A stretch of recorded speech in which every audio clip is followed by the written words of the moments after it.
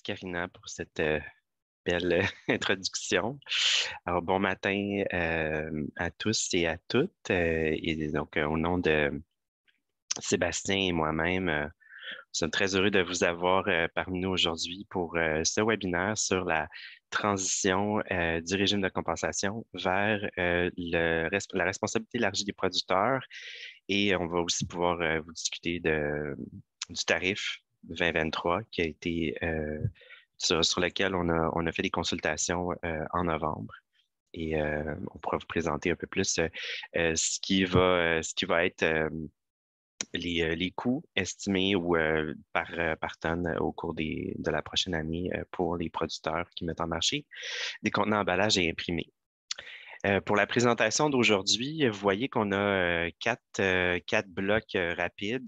Deux, en fait, on va avoir une période de questions après le premier bloc, puis on pourra par la suite filer à travers les trois autres blocs. Donc, je vais vous présenter tout ce que vous devez savoir sur la modernisation, qu'est-ce que ça change pour vous en tant qu'entreprise qui met en marché des contenants emballage imprimés. Ensuite, Sébastien va prendre le relais sur tout ce qui est tarif, vous expliquer comment fonctionne la formule, la grille tarifaire, et puis je compléterai sur les éléments d'éco-modulation, qu'est-ce que ça veut dire et quelles sont les mesures qu'on met en place qui pourraient être d'intérêt pour vous, les détaillants. Donc, d'abord, avant de débuter sur le sujet de la modernisation, on tenait juste à remercier les 2000 entreprises qui nous ont appuyés dans notre demande de désignation. On a été nommé organisme de gestion désigné, donc l'organisme gestionnaire de la collecte sélective au Québec dans le cadre de ce nouveau régime de responsabilité élargie des producteurs.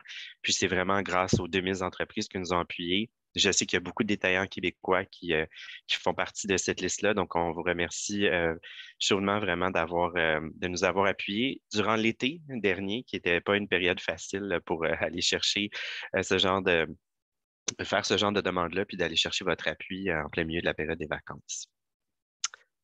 Notre organisme, maintenant, c'est quoi notre mission? En fait, ça a été changé. Dans les derniers jours, on a adopté un nouvel énoncé qui explique qui on est.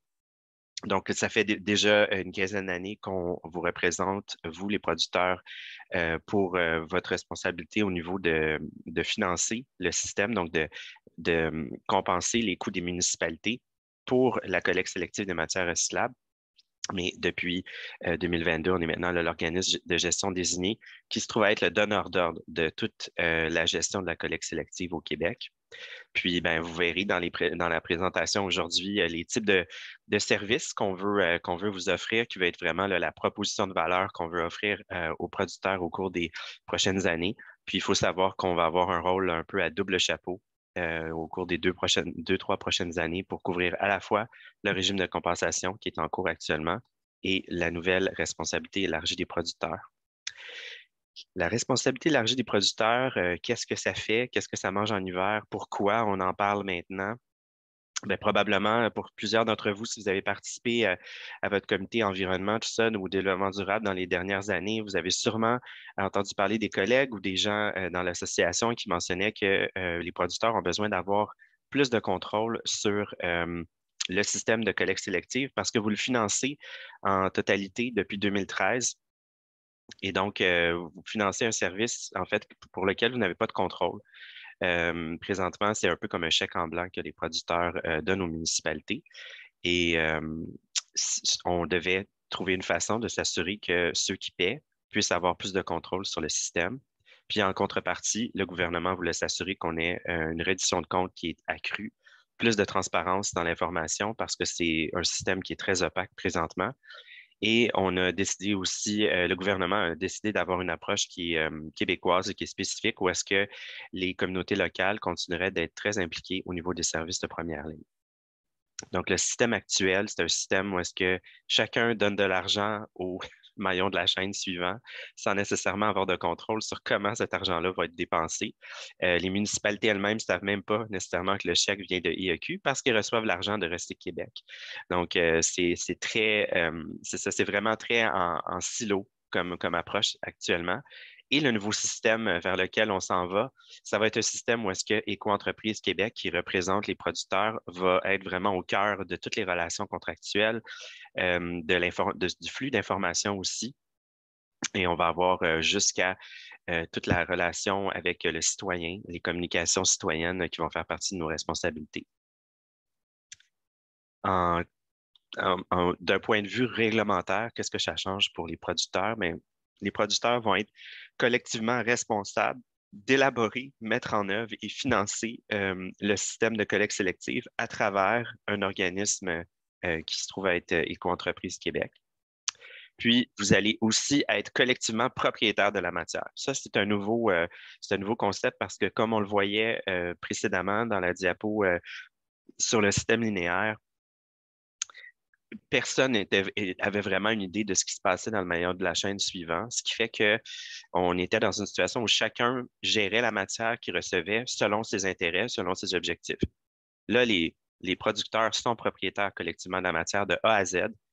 Et donc, on doit gérer ça en fonction d'une vue d'ensemble pour les objectifs à la fin du système, plutôt que de regarder qu'est-ce qui peut amener le plus de valeur à chaque étape. Puis aussi, en contrepartie de toute cette propriété et cette responsabilité-là que vous allez avoir, il va y avoir aussi de l'intégration, d'éco-conception, de l'éco-modulation qui va s'intégrer de plus en plus dans les discussions avec les producteurs. On va en parler à la fin, justement, du webinaire aujourd'hui. Donc, qu'est-ce que vous pouvez vous attendre dans la relation avec IAQ? Bien, il ne devrait pas nécessairement avoir un changement majeur dans vos déclarations. Il pourrait y avoir plus d'informations qu'on pourrait vous demander, mais en soi, le processus devrait être relativement similaire sur comment vous fonctionnez dans vos données, les paiements que vous faites avec Éco-entreprise Québec. Par contre, on va venir formaliser nos responsabilités et nos engagements mutuels. On veut vraiment avoir une vraie relation d'affaires avec vous. Et donc, on va faire ça sur la base d'un contrat d'adhésion, un contrat de membre qui va vous être présenté là, dans les prochaines semaines. On va en parler tantôt à la fin dans les prochaines étapes. Mais tout ça, il vient avec une proposition de valeur. Donc, vous voyez sur la diapo tous les éléments qu'on s'engage à intégrer dans la relation avec les producteurs pour faire en sorte que vous ayez accès à plus d'informations, qu'on soit transparent dans cette information-là, qu'on puisse vous permettre d'avancer, d'avoir de l'amélioration continue, que vous puissiez aussi apprendre des leçons de l'industrie. Donc, que cette information-là soit disponible facilement pour que chacun ne répète pas les mêmes erreurs que les autres entreprises auraient pu faire malgré les meilleures intentions possibles.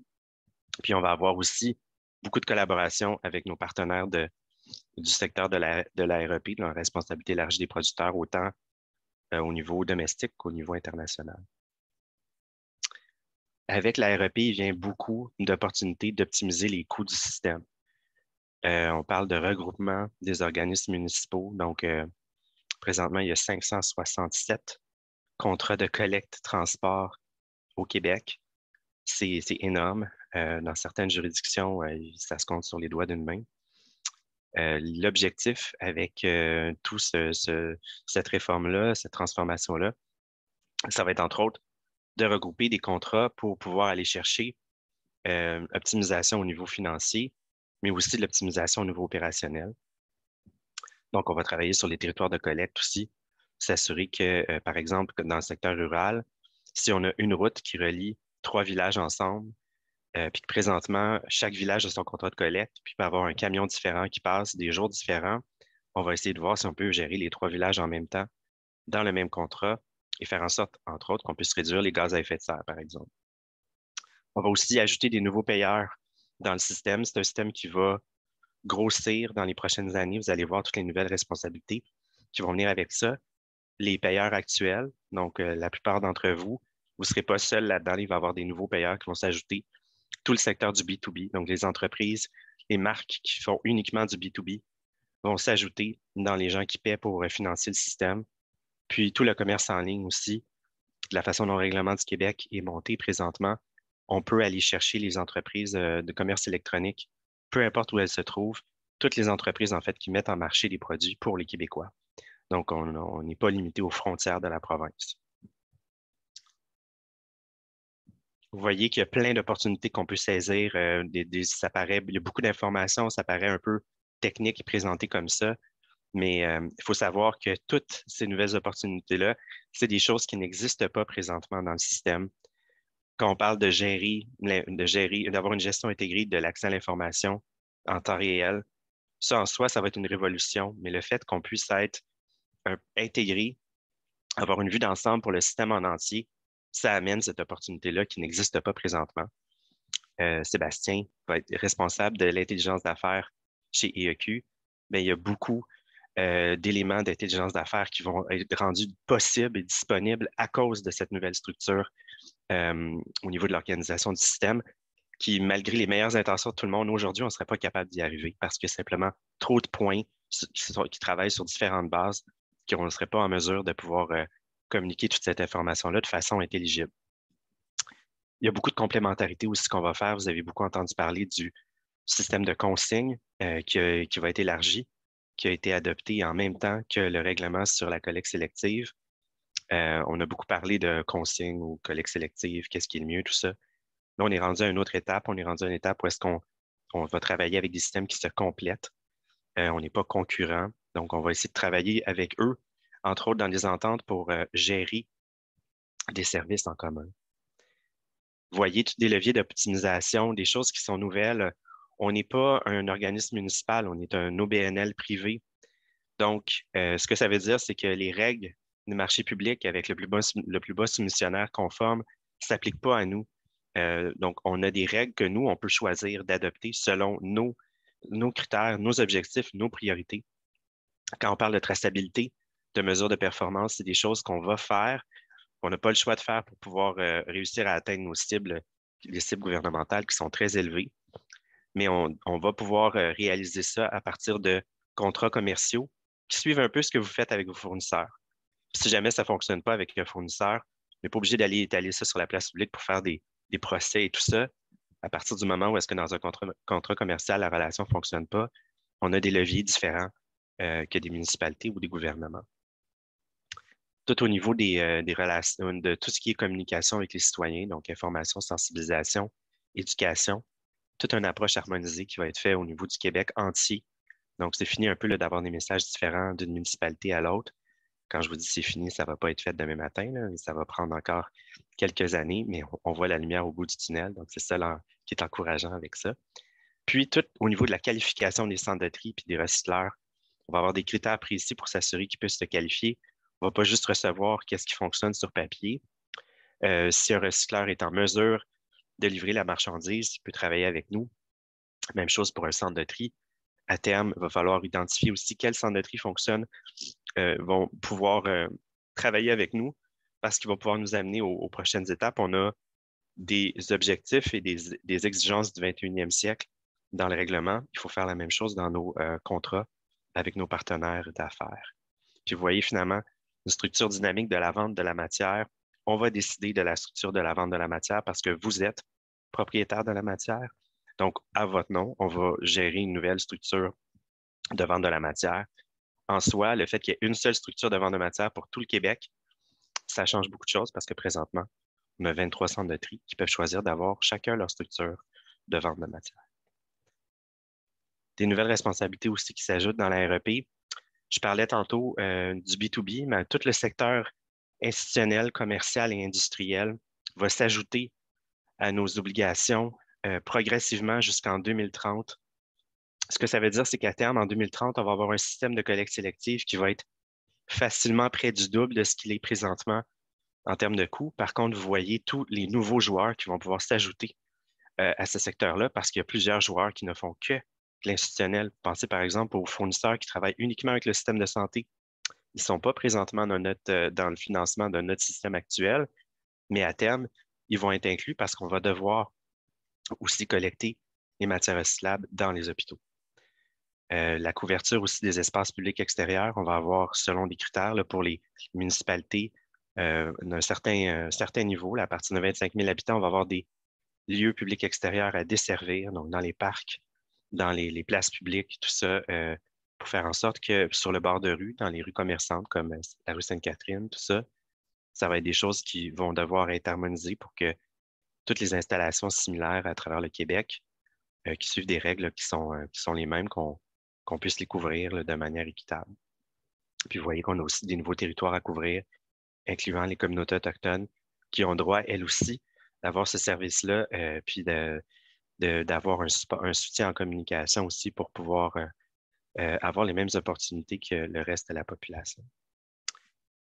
Pour les municipalités, je vous ai peut-être mentionné tantôt des éléments qui changent ça, mais le gros changement pour les municipalités, c'est qu'elles deviennent des fournisseurs de services de l'EAQ. Ça peut paraître gros de dire comme ça, mais c'est tout un changement, toute une gestion d'approches différentes pour les municipalités, parce que normalement, elles ont des fournisseurs de services, elles sont rarement fournisseurs de services pour une autre partie. On va travailler avec eux en partenariat, on ne va pas les traiter comme des vulgaires fournisseurs de services parce que c'est des organismes municipaux qui ont énormément de capacités, ils ont beaucoup d'informations aussi, d'expérience dans le domaine de la collecte sélective, donc c'est des vrais partenaires, mais en soi, ils vont être des fournisseurs de services. Donc, il y a toute une structure contractuelle pour pouvoir encadrer cette relation-là. Et au niveau des centres de tri, ben, comme je le mentionnais tantôt, on va avoir une relation contractuelle directe avec eux. Donc, à bien ça, va venir aussi des exigences qu'on peut appliquer de manière différente de ce qu'on voit présentement, où est-ce que souvent, il n'y a pas d'exigence autre que arrangez-vous pour recycler le matériel puis l'envoyer à quelque part, mais pas aux poubelles. Là, on va être beaucoup plus dans le détail que ça au niveau des centres de tri. Même chose pour les recycleurs aussi. On a des exigences de recyclage local dans le règlement qui vont à terme s'appliquer au milieu de la décennie. Le recyclage local, c'est pas juste le Québec, c'est le nord-est des États-Unis, l'Ontario, les Maritimes aussi. Mais donc, c'est pas mal, c'est très différent, disons, que de regarder, de dire, ah ben, si le meilleur marché, c'est la Chine ou l'Inde, ben, j'envoie ça par bateau en Chine ou en Inde. On est dans une autre réalité. On va pouvoir favoriser la concurrence, mais aussi travailler avec une approche d'approvisionnement qui est beaucoup plus constant, plus à long terme aussi, parce qu'on va se trouver à devoir accompagner des joueurs qui peuvent nous aider pour recycler la matière localement. Donc, ça va avoir des retombées économiques qui vont être très positives aussi là-dessus. Je mentionnais la traçabilité. De faire de la traçabilité à ce niveau-là, c'est pas quelque chose qui est acquis. Il y a beaucoup de travail à faire pour pouvoir s'assurer d'avoir une reddition de compte qui va suivre les exigences du règlement, mais on a quand même quelques années pour y arriver. On va devoir commencer à fournir ces informations au gouvernement seulement en 2027. Il y a plein de principes qu'on s'est dotés pour pouvoir travailler avec nos partenaires d'affaires dans la chaîne de valeur. Je ne vais pas commencer à tous les nommer. Il y en a plusieurs qui recoupent ce que je vous ai présenté jusqu'à maintenant, mais je voulais vous montrer à quel point il y a toute une réflexion interne qui a été faite pour pouvoir guider notre relation avec nos partenaires d'affaires. Ce n'est pas quelque chose qu'on écrit sur le coin d'une table au fur et à mesure qu'on avance, même si les échéanciers sont très, très serrés. On s'est doté d'une raison d'être et de valeur d'engagement pour pouvoir nous aider dans ce nouveau rôle-là. Donc, de la collecte sélective à l'économie circulaire, ensemble pour un monde durable, ça paraît simple, mais dire qu'on part de la collecte sélective pour s'en aller vers l'économie circulaire, dire qu'on ne va pas juste se limiter au porte-à-porte avec la collecte sélective. Notre rôle nous permet maintenant d'utiliser tous les moyens possibles pour favoriser l'économie circulaire. Donc, si les matières que vous mettez en marché peuvent être difficilement mises dans le bac parce qu'elles sont trop petites, parce qu'elles sont, je ne sais pas moi, comme du styromousse qui peut être difficile à mettre et à ramasser, à collecter sans qu'ils se dégradent et qu'ils deviennent problématiques pour les autres matières. Il y a des moyens qu'on doit prendre pour pouvoir trouver une façon de récupérer cette matière-là. Puis, ensemble pour un monde durable, c'est vraiment parce qu'on veut souligner le fait que c'est toute une chaîne de valeur qui peut y arriver.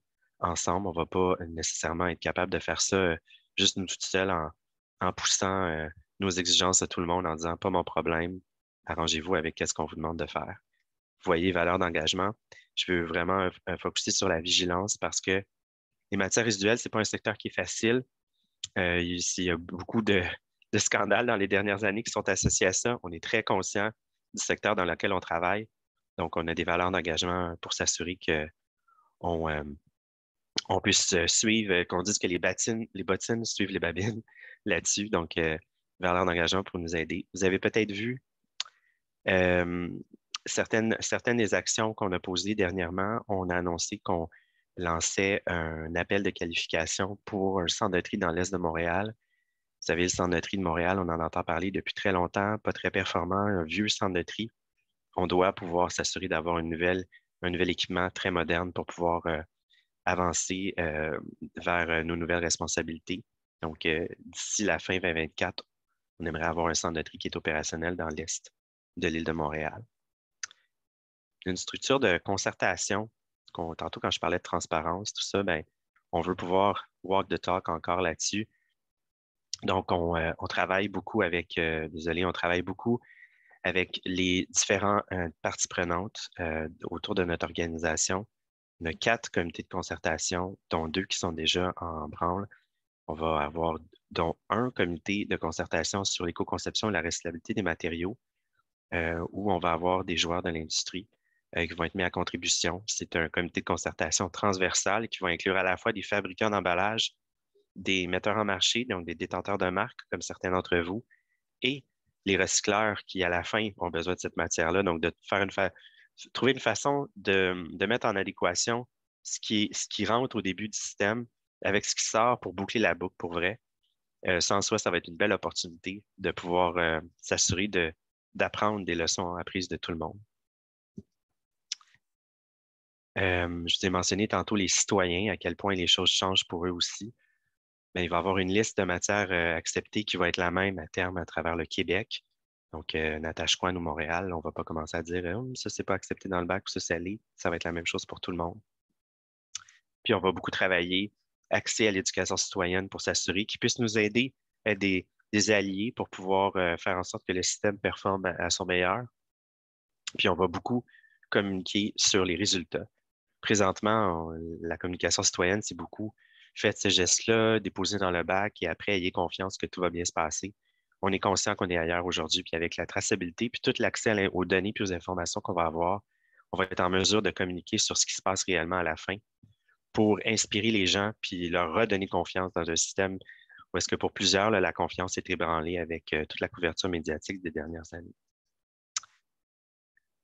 Celle-là, je vais la laisser pour si vous voulez regarder la présentation dans les prochains jours. C'est vraiment comme un wrap-up de cette approche win-win-là qui a été développée avec le cadre réglementaire. C'est une approche qui a été développée avec plusieurs parties prenantes, plusieurs joueurs ont été impliqués tout le long aussi. C'est une approche qui est très proche de ce qu'on voulait au départ. Donc, on tient à dire que le cadre réglementaire n'a pas été imposé par le gouvernement seulement. Le gouvernement a écouté pendant plusieurs années avant d'arriver à ce résultat-là et ça correspond pas mal à ce que l'industrie cherchait à avoir. Les prochaines étapes, vous voyez qu'il y a beaucoup d'éléments qui viennent en 2023. On a à formaliser notre membership, notre relation d'affaires avec vous. On va travailler donc des contrats d'adhésion. On va aussi travailler sur un plan d'affaires en 2023, tout le cadre financier détaillé à partir du moment où est-ce qu'on connaît toutes nos obligations. Maintenant, on est en mesure de pouvoir travailler sur un plan d'affaires vraiment détaillé. On va signer des centaines d'ententes avec des organismes municipaux et des centres de tri au cours de l'année 2023. D'abord, les organismes municipaux, vous voyez qu'on essaie là, de réduire ça par 3 environ, donc d'avoir 3 fois moins d'ententes à terme après cette vague de signature d'entente. Puis, dans la deuxième partie de 2023 et en 2024, on va signer des ententes avec les centres de tri, les conditionneurs, les recycleurs et les courtiers aussi, qui sont souvent des gens importants dans toute l'équation. Puis en 2025, on va être devant l'implantation complète de la REP collecte sélective. Ça peut paraître loin, 2025, ça va arriver très rapidement. Donc, la dernière diapo avant qu'on arrête pour voir s'il y a des questions. Qu'est-ce qu'on peut s'attendre dans les prochains mois? Bien, vous allez avoir on va présenter un atelier qui est dédié aux producteurs pour vous expliquer un peu c'est quoi vos responsabilités, comment on va vous aider, mais surtout, c'est quoi les bases de notre relation contractuelle qu'on veut avoir avec vous, donc relation d'affaires avec les producteurs. On va faire un atelier interactif avec vous le 12 janvier à Montréal, le 18 à Toronto, pour vraiment s'assurer d'aller chercher le maximum d'input de votre part sur ce qui paraît souhaitable, ce qui serait plus difficile pour vous à réaliser dans le cadre d'une relation avec nous. On va aussi travailler sur des webinaires, des capsules d'information pour vous aider justement sur tous les aspects là, de contractuels avec nous. On a une activité qu'on appelle le Pack Lab, qui va être une activité sur tout ce qui est trouver le juste emballage, donc l'éco-conception des emballages. C'est une activité à la fin avril. On s'attend à ce que ce soit très dynamique avec des invités de l'international aussi pour vous faire part de leurs leçons apprises jusqu'à maintenant.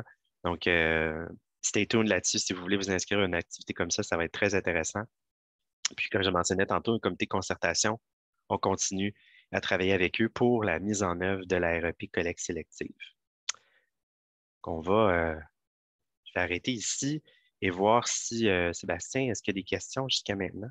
Oui, on a reçu quelques questions. La première qui nous vient de monsieur ou madame anonyme. En fait, j'ai tenté une réponse partielle. On demandait, est-ce possible de définir le terme producteur? En fait, j'ai mentionné qu'un producteur, c'est une personne morale, par exemple une entreprise là, qui met en marché des imprimés, des contenants et des emballages et qui est assujettie à la réglementation. Je ne sais pas, Philippe, si tu veux compléter ma réponse. Oui, bien, le producteur, c'est vrai que c'est un terme qui paraît un peu, ça paraît un peu abstrait parce que dans la tête de tout le monde, un producteur, c'est celui qui produit quelque chose. Puis si vous êtes un détaillant, ben, théoriquement, c'est rare que vous êtes un producteur aussi. Dans le cadre de la responsabilité élargie des producteurs, c'est vraiment, si on voulait être exact, on dirait la responsabilité élargie des metteurs en marché. C'est simplement que le concept de responsabilité élargie des producteurs, c'est un concept qui est développé à l'international, là, les organismes comme l'OCDE sont derrière cette politique-là qui date quand même d'une vingtaine d'années déjà. Donc, dans le cadre des contenants emballages imprimés, c'est vraiment les metteurs en marché. Donc, est-ce que vous êtes le metteur en marché au Québec, le plus haut dans la chaîne? Est-ce que vous êtes le premier importateur au Québec? Si oui, ben, il y a de très fortes chances que vous soyez le producteur. Donc, c'est peut-être de la sémantique, là, mais on parle ici là, de metteur en marché qui va être vraiment la façon de définir de qui on parle quand on parle de producteur. Parfait, merci. Il y a également Mathilde qui demande bonjour, aura-t-on assez de centres de tri implantés d'ici 2025 pour la mise en place? Bien, en fait, comme je mentionnais tantôt, on a déjà une vingtaine de centres de tri au Québec. C'est certain qu'on va beaucoup tabler sur le fait qu'on a des nouveaux centres de tri qui vont s'ajouter et des centres de tri vieillissants qui vont être en transition aussi. Donc, un mélange de tout l'écosystème de centres de tri, je pense qu'il va pouvoir réussir à faire le travail au début. Il faut savoir qu'il y a beaucoup de nouvelles responsabilités qui vont venir au cours des années suivantes, au fur et à mesure que des nouveaux centres de tri vont ouvrir, mais aussi au fur et à mesure qu'on va avoir des centres de tri actuels qui vont être modernisés parce qu'on ne pourra pas juste construire des nouveaux centres de tri. Il y a plusieurs centres de tri qui fonctionnent bien présentement. Puis il faut juste les aider à s'adapter à la nouvelle réalité pour pouvoir faire le travail. Donc, je pense que oui. La réponse, on va être capable de pouvoir couvrir nos obligations en 2025 avec les centres de tri qu'on aura à ce moment-là.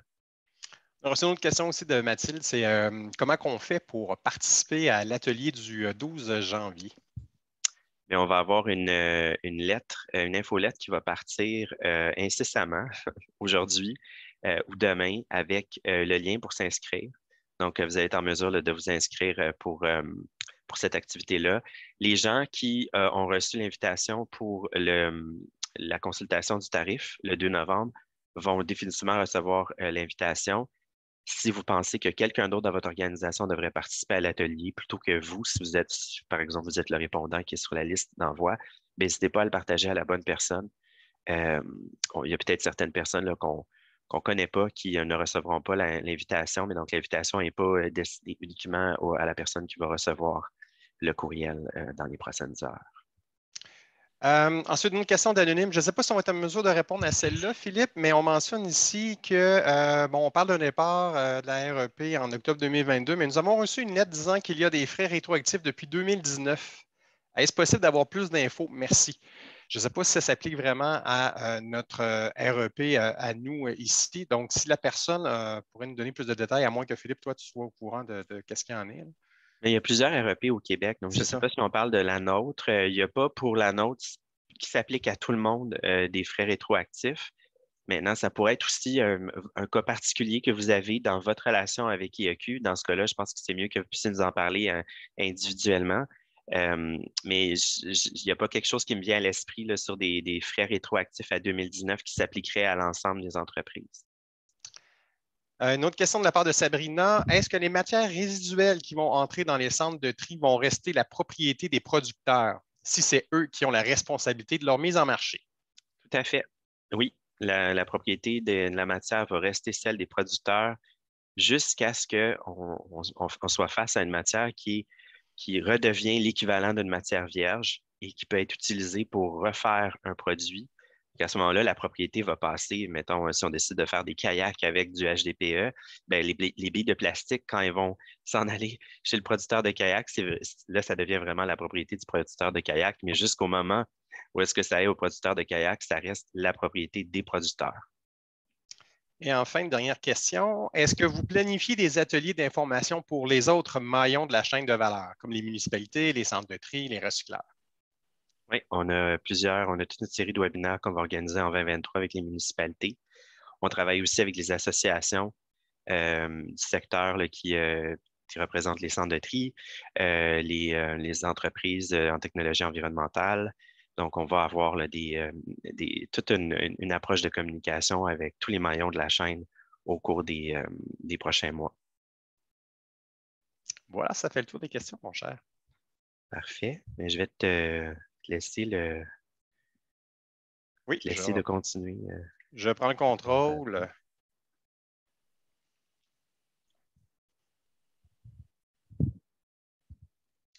Voilà, j'espère que vous voyez tous C'est la parfait. présentation. Oui, ça marche bien. Euh, écoutez, quand Philippe m'a approché il y a quelques jours pour me demander de faire une petite présentation, un petit topo sur le tarif 2023, mais surtout d'expliquer un peu les impacts du prix des matières sur le marché, sur notre grille tarifaire en 15-20 minutes. Bon, il a fallu que je passe un peu parce qu'il y a quand même beaucoup de stock et vous allez voir, notre formule tarifaire est quand même assez complexe. Et pour un jeudi matin, 9h30, je vais essayer je vais tenter de rester ça de rester dans le plus haut niveau. Mais si vous avez des questions à la fin, hésitez surtout pas. Donc, pour ceux et celles qui ont assisté à notre consultation du début, c'était au début novembre, donc ça fait déjà plus d'un mois, vous allez être vraiment en terrain connu là, car les prochaines diapos ont été tirées de la même présentation. J'apporte juste un peu plus de précision, comme je le mentionnais, là, sur la façon dont la fluctuation du prix des matières affecte notre grille de contribution. Donc, on se souvient que l'an passé, la grille a été affectée par l'abolition des barrières tarifaires entre les différentes catégories de matières. Bon, juste faire une petite parenthèse, c'est-à-dire que avant cette abolition-là, la répartition des coûts était fonction d'un pourcentage déjà préétabli par le règlement sur le régime de compensation. Donc, par exemple, pour les contenants et emballages, la portion des coûts à assumer pour cette catégorie de matière-là, c'était 73 %. Donc, c'est vraiment indiqué spécifiquement dans le règlement. En abolissant ces catégories de matières-là, mais chaque matière devient responsable ou a un coût qui lui est attribué en fonction de son impact sur la chaîne de valeur et non pas selon un pourcentage préétabli. Ça, il y a eu quand même un impact assez notable l'année passée sur le taux de certaines matières, notamment ceux des contenants et emballages, dont la proportion de participation est passée de 73 à 90 %. Mais cette année, pour 2023, la production du tarif s'est quand même faite là, vraiment tout en douceur, dans la continuité, sans impact réglementaire sur les taux. Mais quand même, le tarif a été élaboré en tenant compte principalement de plusieurs facteurs économiques. Donc, on vit une période économique jamais vue depuis des décennies. L'économie continue de rouler à plein régime, malgré une hausse marquée de l'inflation. Bon, il y a eu un petit léger ralentissement, mais quand même. Et on assiste aussi à une pénurie de main-d'œuvre qui affecte tous les secteurs économiques. Il y a les habitudes de consommation aussi qui ont été développées lors de la pandémie, notamment l'achat en ligne et la livraison de repas. Donc, c'est toutes des activités qui génèrent plein d'emballages qui se retrouvent dans nos bacs de recyclage. Et ces facteurs-là ont un impact direct sur la gestion de la collecte sélective, tant au niveau des coûts de collecte que ceux du tri. Bon, je sais que parler d'inflation puis parler de pénurie de main-d'œuvre, ce n'est pas ce qui sonne vraiment le plus positif d'un point de vue tarifaire. C'est même un peu épeurant. Mais heureusement, tout n'est pas négatif. Donc, il y a 3 facteurs qui impactent cette année positivement les taux de notre tarif 2023.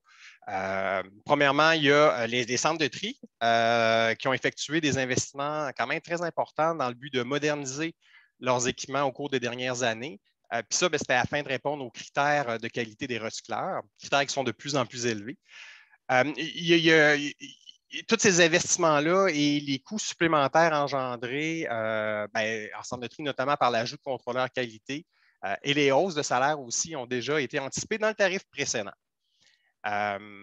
Deuxièmement, on a assisté à une augmentation notée du prix de certaines matières depuis le début de l'année 2021. Même un petit peu, ça a commencé en 2020, mais ça, on va en discuter un peu plus en détail là, dans quelques instants. Et finalement, on enregistre une légère augmentation des quantités de matière enregistrées lors de la déclaration annuelle des entreprises. Donc, on va le revoir tantôt dans la formule, là, mais si on divise le coût global de la collecte sélective au Québec par plus de matière, bien, on obtient un taux unitaire qui est plus petit. Donc, en résumé, là, ces 3 principaux facteurs-là ont aidé grandement à atténuer l'impact de l'inflation et bon, à améliorer les résultats globaux de notre grille tarifaire. Mais je dois quand même apporter un petit bémol ici, parce que malgré ces bonnes nouvelles-là, il faut demeurer prudent dans nos projections.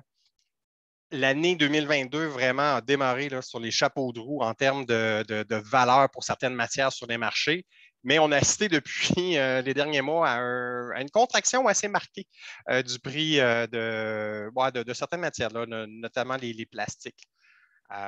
Donc, on anticipe un impact défavorable sur les revenus des centres de tri. C'est difficile d'identifier à l'heure actuelle à quelle hauteur et surtout pendant combien de temps là, tout ça va durer, notamment avec une récession là, qui semble de plus en plus inévitable là, pour l'année prochaine.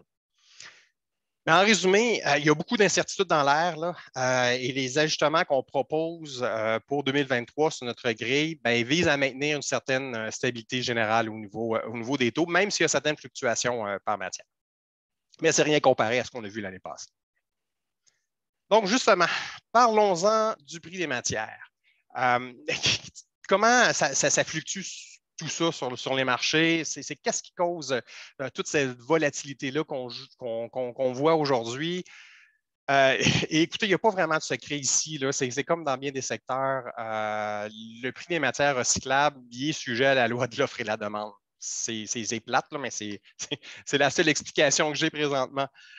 Donc, plus l'offre est grande, mais moins les prix vont être élevés. Puis aussi, plus la demande est grande, mais plus les prix vont être élevés à ce moment-ci. Donc, ce n'est pas plus compliqué que ça. Mais disons que ces temps-ci, il y a pas mal de fluctuations. C'est ça que je vais essayer de tenter d'expliquer ou en fait de trouver des pistes d'explication. Je n'ai pas, pas la science infuse dans ce domaine-là, loin de là. Donc, on voit ici les données de Recyc Québec. Puis on peut voir qu'au cours des années 2021, là, ça a commencé en janvier 2021 et 2022, le prix des matières il a atteint quand même des niveaux jamais vus depuis les 5 dernières années, notamment au niveau des plastiques, au niveau de l'aluminium. En fait, des niveaux jamais atteints, mais on voit que ça a retombé assez raide au cours des derniers mois. C'est la même chose en Ontario. Hein.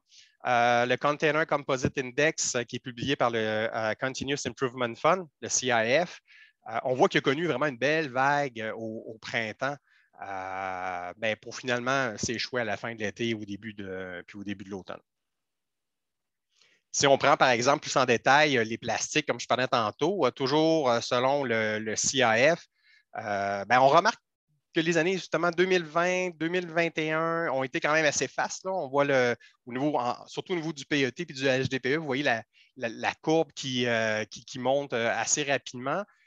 Puis on le voit aussi au niveau du printemps dernier, là, la courbe bleue, la courbe verte dans le tableau de droite.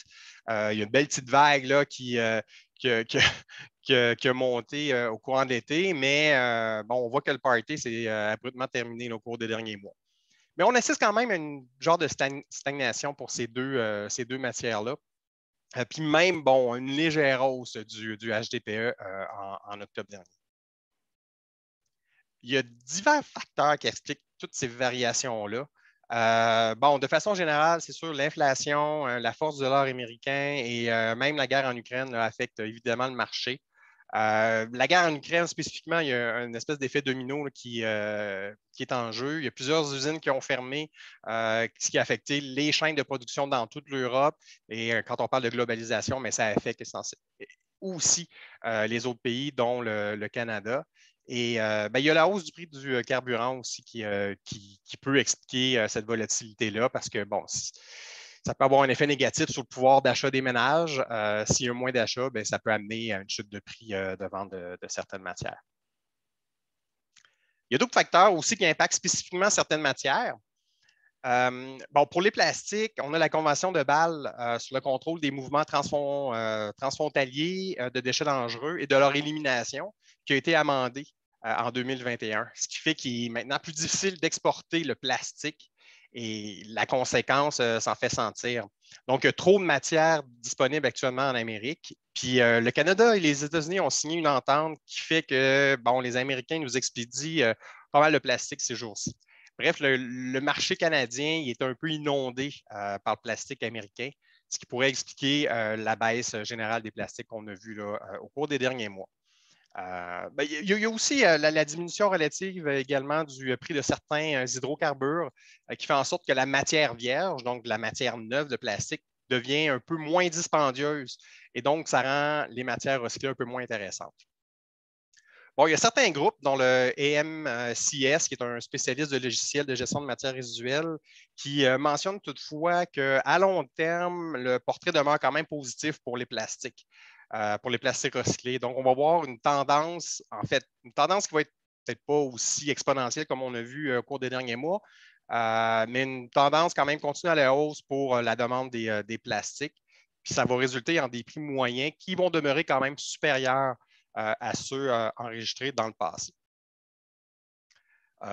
Pour les métaux, on a vu une légère augmentation du prix. En fait, une légère augmentation du prix est prévue au cours des prochains mois, car même si la demande ne semble pas vraiment changer, il est prévu que l'offre de métaux va demeurer faible.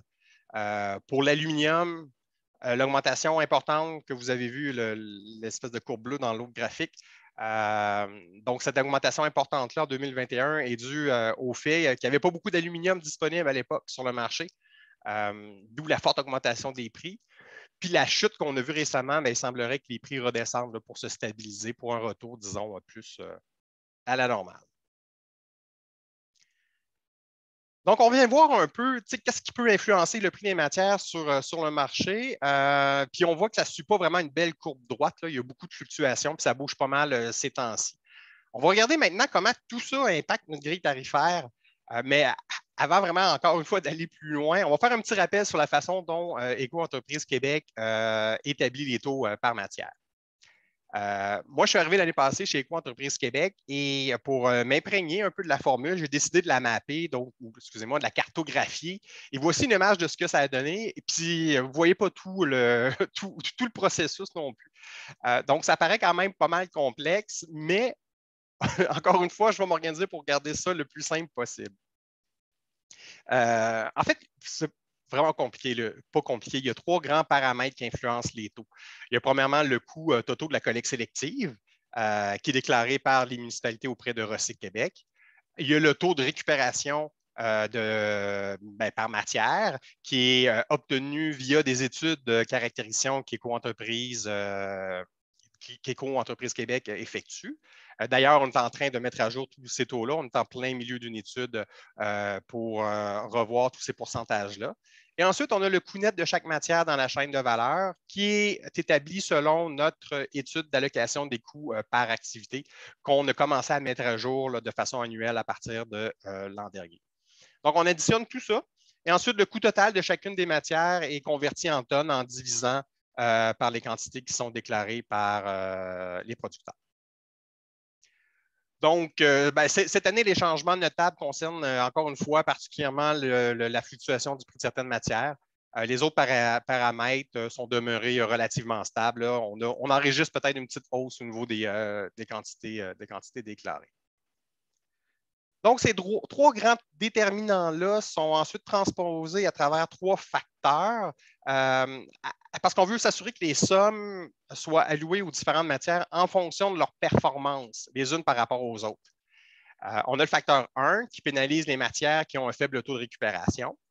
Ensuite, on a le facteur 2 qui reflète le coût de matière dans la chaîne de valeur. Et ensuite, on a le facteur 3 qui alloue un coût pour les quantités qui ne sont pas récupérées par la collecte sélective.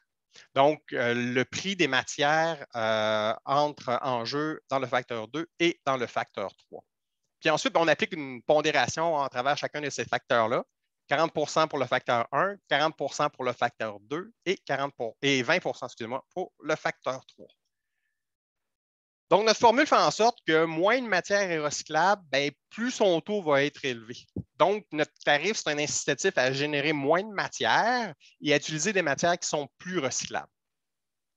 On va faire un petit exemple ensemble. Puis encore une fois, je ne veux pas vous bombarder avec des chiffres, mais prenons par exemple 4 matières qui sont identiques en termes de tonnes déclarées, en termes de taux de récupération et en termes de coût brut dans la chaîne de valeur. Mais la seule différence entre ces matières-là, c'est les revenus.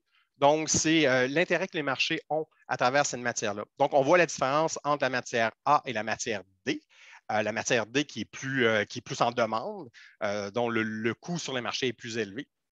Et on voit la différence au niveau des coûts nets dans la chaîne de valeur. Donc, on prend des coûts bruts moins les revenus, ça nous donne bien entendu des coûts nets. Donc, supposons qu'on a un 10 millions de dollars en coûts municipaux à répartir. En fait, dans la vraie vie, c'est plus autour de 200, 220 millions. Mais allons-y pour les besoins de la cause avec 10 millions. Puis, encore une fois, ici, l'objectif, ce n'est pas de vous perdre avec les chiffres. Là. Je vais demeurer quand même au niveau. Bon, au niveau du facteur 1, on doit répartir un 10 millions, comme on mentionnait tantôt, à 40 %. Donc, c'est 4 millions qui doit être réparti à travers les 4 matières en fonction du facteur 1. Donc, on l'a mentionné, le facteur 1 est fonction du taux de récupération et des quantités déclarées. Donc, si les matières génèrent tous la même quantité et ont tous le même taux de récupération, donc si c'est vraiment facile, on alloue donc 1 million à chaque matière. Donc, 4 millions divisé par 4 matières, ça donne 1 million. Puis ensuite, on divise par 10 000 tonnes déclarées. Ça donne bien 100 $ pour chaque matière. Et ensuite, on a le facteur 2. Ici, on doit répartir également 4 millions. Donc, rappelez-vous qu'on pondère à 40 % le facteur 2. Ici, on prend les quantités qui sont récupérées et on multiplie par le coût net de chaque matière. Donc, plus le coût net est faible, ça veut dire que peut-être que le coût brut dans la chaîne de valeur est vraiment faible et où le prix de cette matière-là sur les marchés est élevé, moins la contribution au facteur 2 va être élevée. Même chose pour le facteur 3, mais ici, on prend les quantités qui ne sont pas récupérées, puis on multiplie par le coût net. Le facteur 3 ici est pondéré à 20 %. Donc, dans notre exemple, on va répartir le 2 millions. Puis le 2 millions serait réparti à 75 $ la tonne pour la matière A et jusqu'à 16 $ la tonne pour la matière D. On se rappelle que la matière D, qui est la colonne la plus à droite, c'est celle qui a une meilleure valeur sur le marché. Donc, à la fin, on additionne tout ça et on obtient un taux qui est presque final. À ce taux-là, je dis presque final parce qu'à ce taux-là, on doit ajouter tous les frais de gestion d'Éco-entreprise Québec.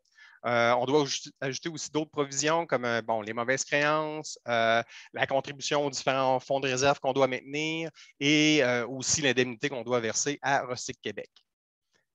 Ça fait le tour au niveau des chiffres et de la façon dont le prix des matières influence nos taux.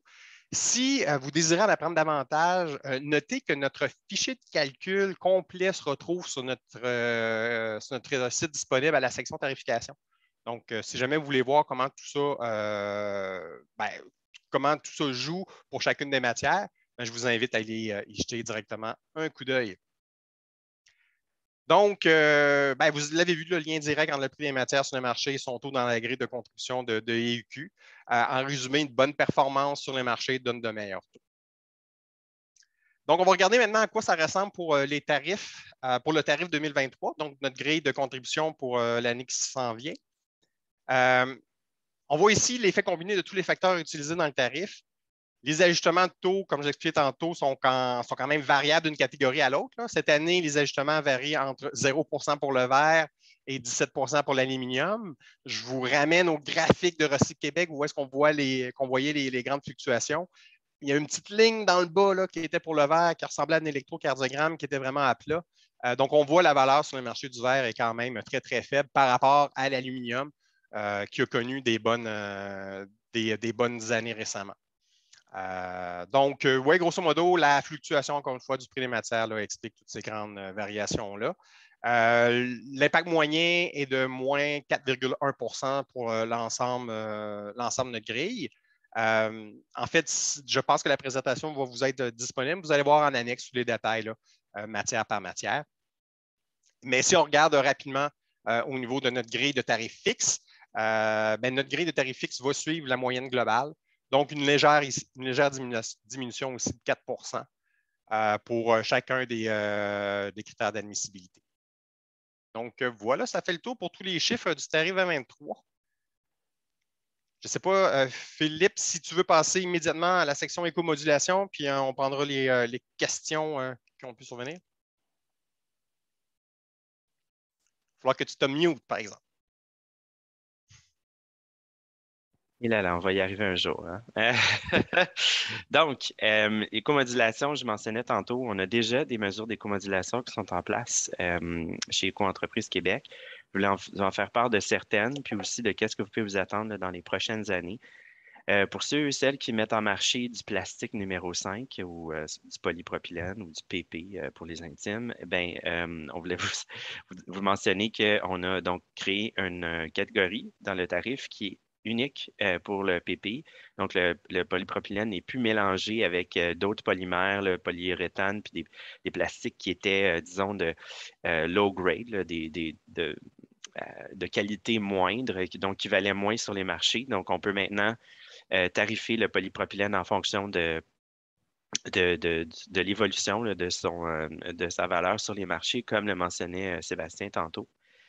On a aussi un bonus incitatif à l'éco-conception qui s'applique pour les metteurs en marché ou ceux qui ont vraiment leur propre marque ou si vous prenez la décision de la conception d'emballage, que vous avez les specs, que vous envoyez à un fournisseur qui fabrique l'emballage pour vous, vous pourriez être admissible à ce bonus incitatif-là.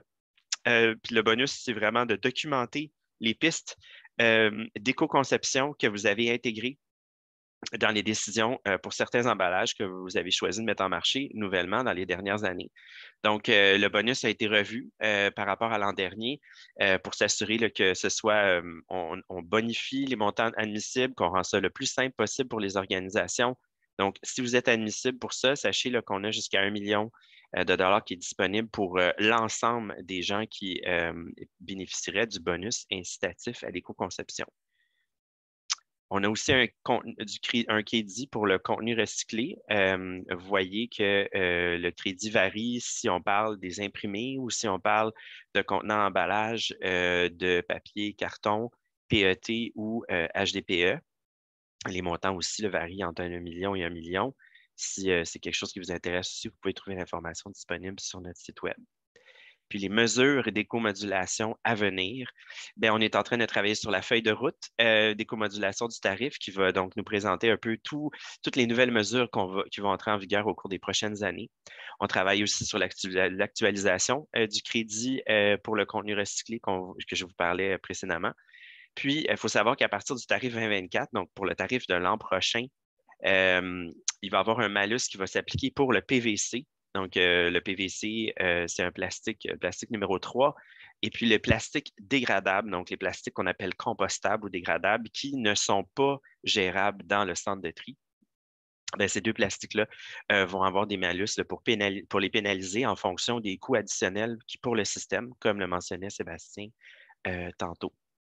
Donc, c'est vraiment les mesures d'éco-conception qui s'en viennent dans les prochaines années chez EEQ. Sachez que plus qu'on va avancer dans le temps, plus qu'on va vous expliquer aussi comment on peut vous accompagner au niveau de l'éco-modulation, donc de moduler le prix des matières qui sont mises en marché en fonction de leur impact sur l'environnement et sur la chaîne de valeur des matières recyclables.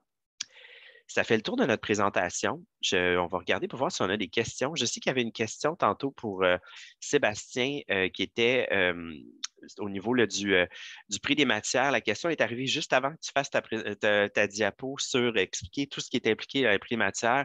Je pense que la personne ne comprenait pas nécessairement comment le prix des matières était impacté puis que ça augmentait les coûts en tant que metteur en marché, surtout pour le plastique. Puisque ce que tu as décrit tantôt, c'est qu'il y a eu des chutes de prix au début de la pandémie, suivies de super hausses de prix. Donc, ils peuvent avoir été impactés dans les dernières années, puis là, ils pourraient être impactés à la baisse parce que les prix ont monté pour cette année. C'est Oui, un peu ça.